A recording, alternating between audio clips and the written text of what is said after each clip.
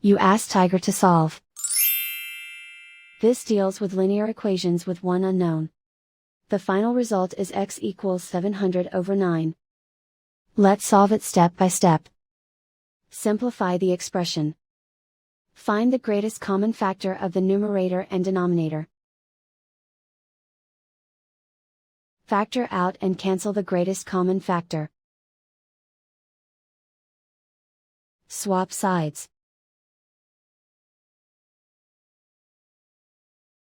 Isolate the x. Multiply both sides by 100.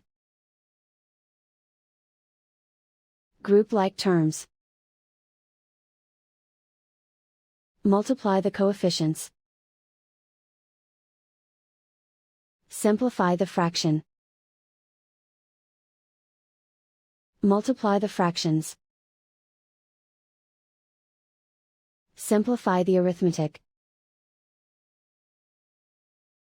And so the final result is x equals 700 over 9.